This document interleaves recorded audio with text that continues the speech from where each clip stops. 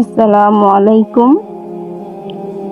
আজকে বলবো সেই খলিফার কথা, যিনি অর্ধেক দুনিয়া রাজা হয়েও রাতে ঘুমাতে পারতেন না, কারণ তার ভয় ছিল বাইতুল মালের একটা টাকাও যদি হিসাব দিতে না পারি।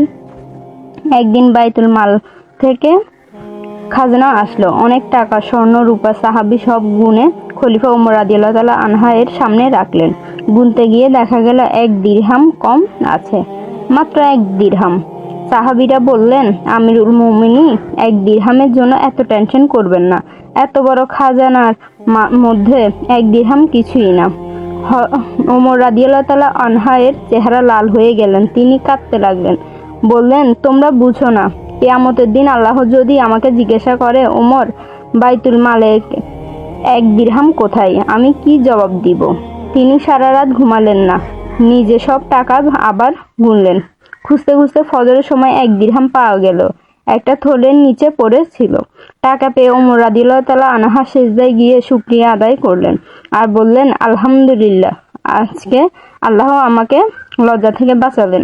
আরেক দিনের ঘটনা, হযরত ওমর রাদিয়াল্লাহু তাআলা আনহু এর ছেলে আব্দুল্লাহ রাদিয়াল্লাহু তাআলা আনহু এর জন্য বাইতুল মাল থেকে 2টা জামা বরাদ্দ হলো ঈদের দিন। আব্দুল্লাহ রাদিয়াল্লাহু তাআলা আনহু জামা পরার পর বাবার কাছে গেলেন। ওমর রাদিয়াল্লাহু তাআলা আনহু ছেলেকে দেখে বললেন, ওই জামা কোথায় পাইলে? ছেলেটা বলল, বাইতুল মাল থেকে। ওমর রাদিয়াল্লাহু তাআলা আনহু জামা খুলে নিলেন, বললেন, আমার ছেলে হওয়ার কারণে তুমি বেশি সুবিধা পাবা, এটা হতে পারে না, এই জামা গরিবের হক। তারপর নিজের পুরানো তালি দেয়া জামাটা ছেলেকে দিলেন। ঈদের দিন ছেলে কাঁদতে কাঁদতে ওই জামা পরলেন। সুবহানাল্লাহ, যার হাত ছিল পুরো রাষ্ট্রের কোষাগার, তিনি 1 দিরহামের জন্য কাঁদতেন, আর আমরা 10 টাকা হিসাব না দিলেও টেনশন করি না।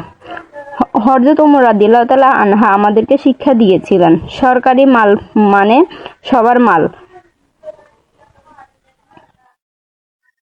সবার মাল। এখানে খিয়ানত মানে আল্লাহর সাথে খেয়ানত। আল্লাহ আমাদের সবাইকে হালাল রিজিক দান করুক, আমিন। কাহিনীটি কেমন লেগেছে অবশ্যই কমেন্টে জানাবেন। আপনার মতে হযরত ওমর রাদিয়াল্লাহু তাআলা আনহু এর কোন গুণটা সবচেয়ে বেশি ভালো লেগেছে? রাজকন্যার সাথে থাকার জন্য জাযাকাল্লাহ খায়ের। আসসালামু আলাইকুম ওয়া রাহমাতুল্লাহ।